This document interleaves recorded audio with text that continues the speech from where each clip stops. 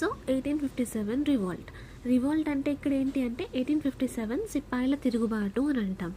Okay, ఈ సిపాయిల తిరుగుబాటు, అసలు తిరుగుబాటు అనేది ఎందుకు జరుగుతుంది అని అంటే గవర్నమెంట్ ఆర్ అక్కడ ఉన్న కింగ్ ఆర్ క్వీన్ ఎవరైతే రూల్ చేస్తున్నారో వాళ్ళ రూలింగ్ అనేది కరెక్ట్గా లేనప్పుడు సమాజం అనేది తిరుగుబాటు చేస్తుంది అనమాట.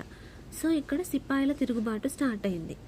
ఓకే, ఈ తిరుగుబాటు అనేది May 10th, 1857లో స్టార్ట్ అయింది. సో ఈ తిరుగుబాటు జరిగాక చివరిగా వచ్చిన ఫలితం ఎలా ఉంది అంటే ఈస్ట్ ఇండియా కంపెనీ అనేది రద్దయిందనమాట. అండ్ ఇక్కడ మెయిన్ పాయింట్ ఏంటి అంటే అప్పుడు గవర్నర్ జనరల్గా ఉన్నది ఎవరంటే లార్డ్ కానింగ్ ఉన్నారు గవర్నర్ జనరల్గా. అండ్ అక్కడ మొఘల్ చక్రవర్తి ఎవరు అంటే సెకండ్ బాబర్ షా జాఫర్ అని అంటాం మనం, రెండవ బాబర్ షా జాఫర్. ఆ పర్సన్ ఎవరు అంటే 1857 తిరుగుబాటులో మొఘల్ చక్రవర్తిగా ఉన్నారనమాట ఈ తిరుగుబాటు జరుగుతున్న టైంకి.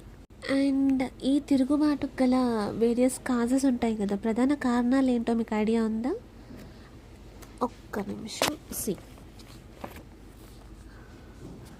రాజకీయ కారణాలు, అగ్రికల్చర్, రీజనల్, సోషల్ రీజన్స్, అలాగే political, financial, military and immediate అంటే ఇమీడియట్గా అప్పటికప్పుడు తీసుకున్న డెసిషన్స్ వల్ల కూడా కావచ్చు. సో ఇలా ఈ 5 స్టేట్స్లో 5 టాపిక్స్లో ఉన్న కారణాల వల్ల ఈ తిరుగుబాటు అనేది స్టార్ట్ అయిందనమాట. ఓకే, ఇవన్నీ కూడా మనం డీటెయిల్గా లాంగ్ వీడియోలో చూద్దాం. ఓకే.